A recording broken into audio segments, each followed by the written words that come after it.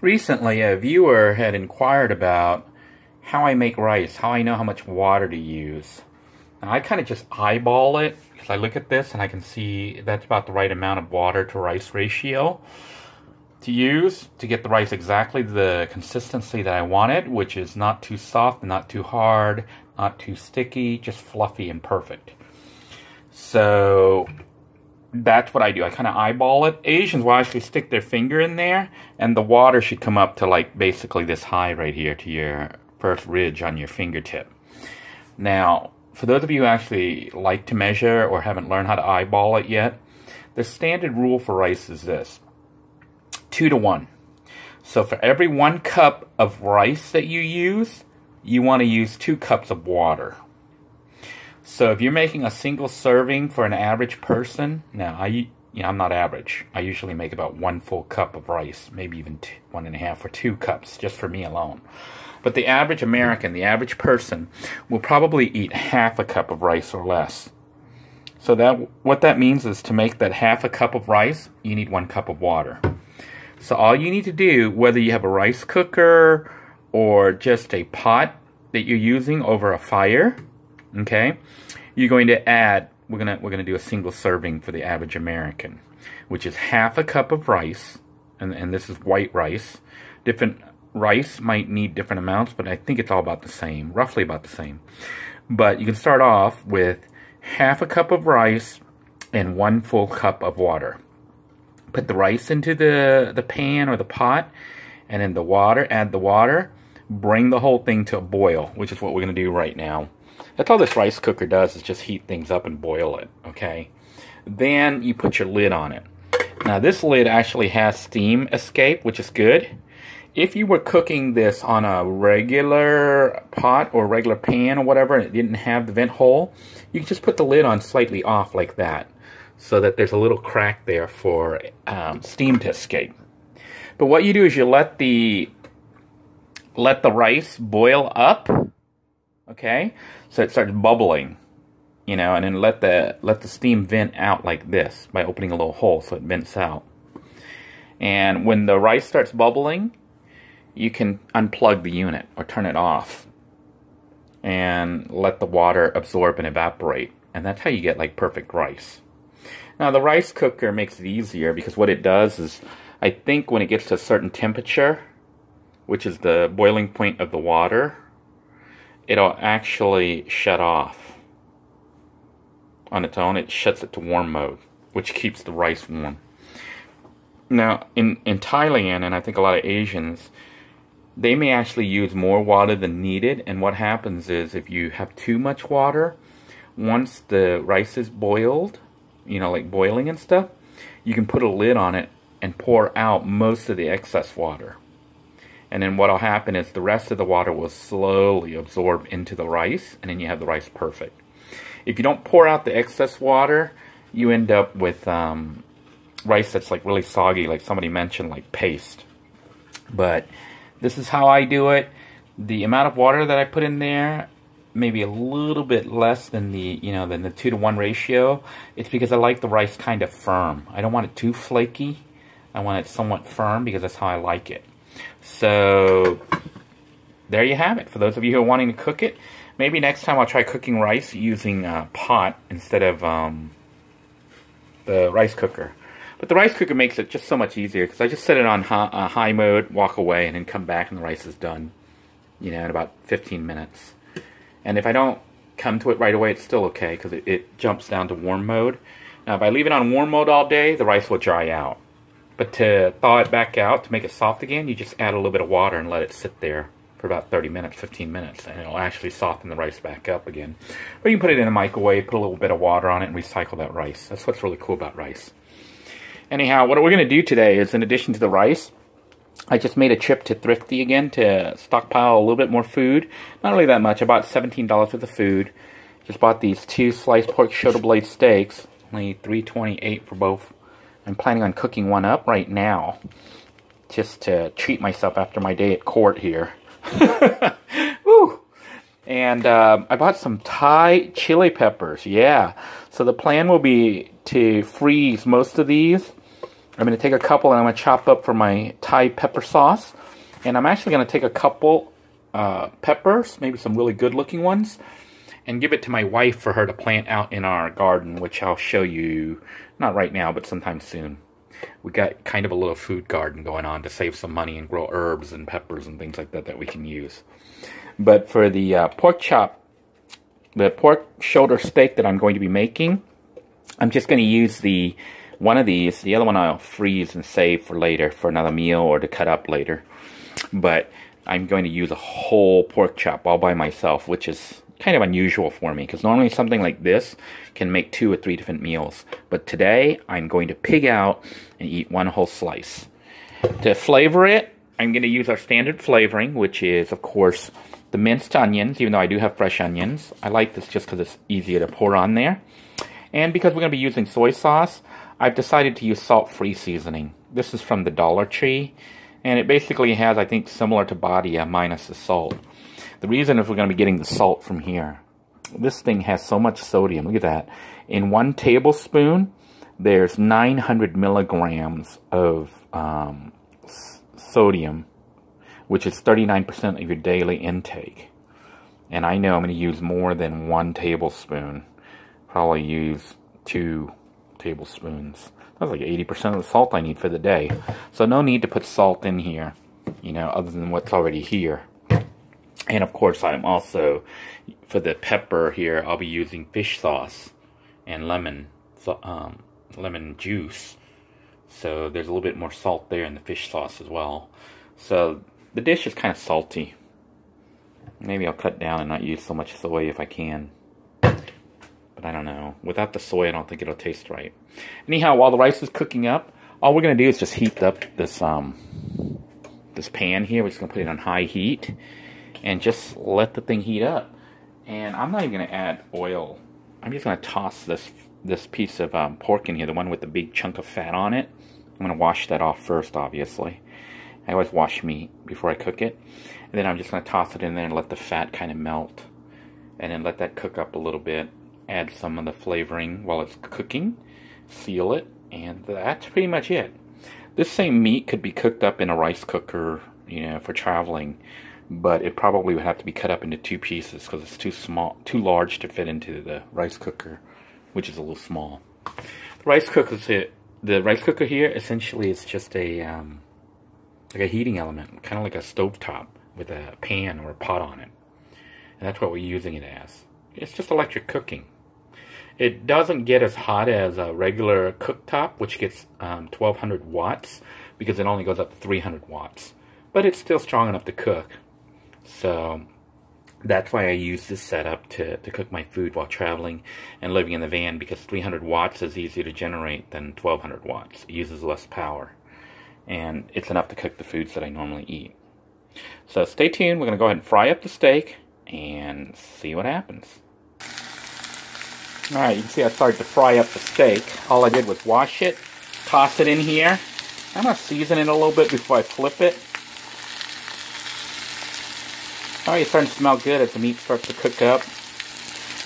So, I know normally when you cook steak or chops and stuff, you should let the stuff marinate. But I don't even bother, because I find that for me, just cooking it like this is a lot easier. And it tastes fine. At least it does to me. So, we're just going to pour some more flavoring on here.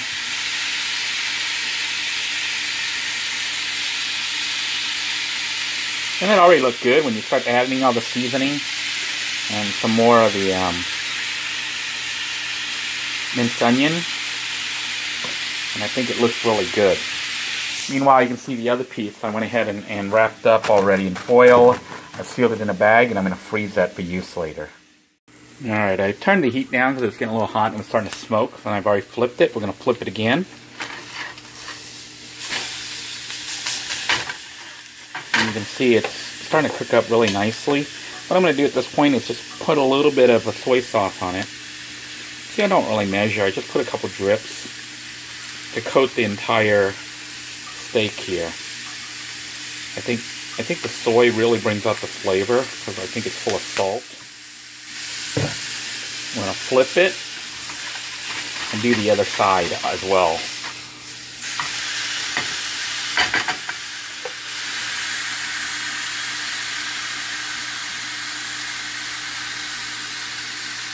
Doesn't it already look good? Really simple meal. So all I'm going to do now is just put the lid on it and kind of let it bake.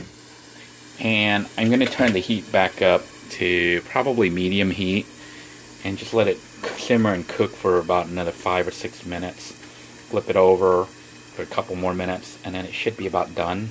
Now what I'll do is cut open the steak to take a look and see if the meat is kind of whitish inside, because pork should turn white when it finishes cooking. And the meal's pretty much done. While the meat continues to cook, I just flipped it over, as you can see here. And that look good. I'm going to go ahead and prepare the peppers for my sauce. I do have some leftover pepper sauce from earlier, which had the big red ones, which I'm almost out of, but it didn't taste hot enough, actually, honestly. That pepper was hot, but not as hot as the Thai chili peppers, which is what we got now. The liquid sauce that you see inside is actually fish sauce and lemon juice. But anyhow, I've taken a couple peppers here. Let's see, 2, 4, 6, 7. Doesn't really matter, just how many you feel you like and you want to make. I'm just going to make this to serve me for about 2 meals, 1 or 2, 3 meals. And you can see I picked 3 really big ones here and set them aside, because those I'm going to give to my wife to try to grow. I tried to pick the best looking peppers to be regrown, to hopefully grow our own pepper plants, because I love this stuff, especially Thai chili peppers. And all I'm going to do is just take a knife and cut little tiny slices here and then toss it into my pepper sauce. Here you can see I tossed the Thai chili peppers in there. So the sauce is actually not enough sauce. So I'm going to add a little bit of fish sauce and a little bit of lemon juice. Now how much I add is eyeballed again. I just basically, you know, the thinner you want it, the less you can add. Here I'm only adding a little squirt here of the fish sauce, because there was already plenty in there. And what we're going to do is open up the lemon now. Pause the camera and open up the lemon. I've opened up the lemon and I'm just going to add just a little bit in here. A little bit of lemon juice. Maybe this is the bad one. I'm going to get the other one. I got another one. I think this one should be tossed. The reason is it's mostly thick. The juice is mixed with the skin and stuff that's inside, so I don't want it all cloudy like that. I like it clear. Alright, this one I think has a little bit more juice in it, so it's going to be less cloudy, a little bit less cloudy, although I shook it up by accident. It's a little bit cloudy, but that's alright. I think that should do, and then it's just a matter of mixing it up. And we have our fish sauce, pepper sauce, that we'll be eating. Now, food's like pretty much done. It's kind of burnt, so I'm just going to shut this off and flip it over. You see it's really, really burnt. Got all this crusting inside. I kind of let it overcook a little bit. So I'm going to set that aside, cut it up, make sure it is done, which I'm pretty sure it's done. And you know what? I think I'm going to throw in some vegetables there and just let it take all that burnt stuff off in the vegetables to give flavoring to the vegetables. I've taken the meat off here, which I'm pretty sure is done. You can see it's pulling back from the bone. But we'll slice it with a knife and take a look and make sure it is done. But I'm about 99% certain it's done. And you really want thoroughly cooked pork. But you can see how that's all caked on there. That's flavoring. That's seasoning. So what we're going to do is throw in some veggies. I've got some pre-cut pepper stir-fry from the Dollar Tree, as well as $1 broccoli florets from Walmart that we're going to add. And that's going to be our stir-fry right here. So the heat's off right now, which I'll turn back on if I need to. But you can see the stir-fry has onions and red and yellow peppers. So I think that's enough right there. And then we're just going to toss in some florets. I think I might have went a little too much there. Hard to do this single-handed. Alright, so I'll have extra stir-fry that I can eat later. This is more than one serving of stir-fry, probably about 2 or 3. So all I'm going to do right now is just stir everything and let the water from the frozen veggies kind of melt all that flavoring off the bottom of the pan and flavor the vegetables themselves. I'm not even going to add any seasoning.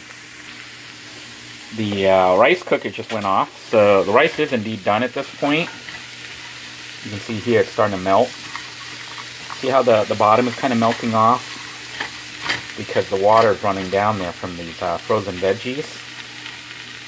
And what I'm going to do is seal it in. Maybe turn the heat back up. But what I'm trying to do is get this flavoring to come off the pan itself and coat the veggies. It'll give it a brown look and hopefully make it taste good and not burnt. Okay, so I'm going to turn the heat back on here. I'm going to put it on medium heat, put the lid back on it, and kind of let that heat up and steam up a little bit. Meanwhile, here we're going to turn off the rice cooker by unplugging it, and I'll be cutting up the steak just to see how it looks. I've cut up the steak, and you can see it is thoroughly cooked. I always like to make sure the pork is thoroughly cooked. And at this point, the veggies here have thawed out and have melted all the juice that was caked on the bottom. And they're looking kind of brownish now, which is good. So I'm just coating everything. This is all the leftover drippings from the pork and the seasoning and the soy sauce. So I think pretty much everything's done. It's all melted right now. All I wanted to do was thaw out the veggies and have it coated with this flavoring because I think it's good. So let's prepare our meal and see how it all turned out. Let me make sure everything's turned off here. And I'll go ahead and set up a serving and show you what I've made for tonight. Here then is what the finished product looks like.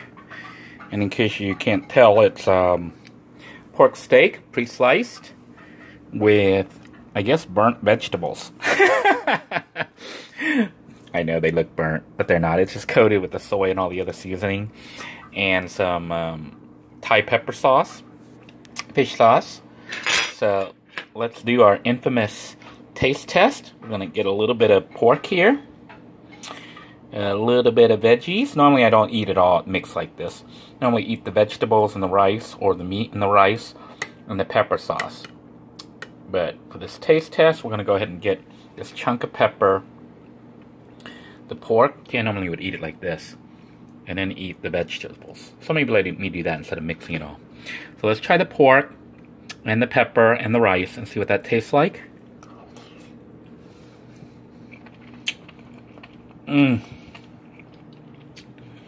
I got a chunk of the pork fat. It's so good. I don't know if you guys are like me. I actually like eating fat. So it's really, really good. And that pepper, yowza.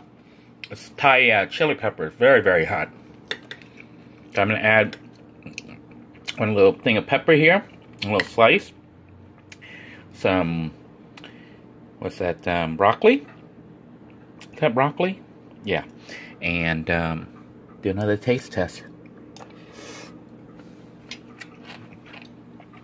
Wow. This food absolutely hit the spot after a fairly rough day in court. But I'm glad I was able to pick up this food. Very thankful to have it. Very thankful for Walter's house being here. And thank you guys all for tuning in. This is a really fairly simple dish to make, and you've seen me make it before, but today it was really good because I just got the meat today from Thrifty, and decided to have it to kind of pick myself up and reset my brain, get myself ready to look for more work, get back into the system, and try to see if we can't continue to move forward. Until next time, everybody, I want to thank you all for tuning in. Thank you all for your kind thoughts and wishes. And I hope you're all staying safe. God bless you all. Take care now.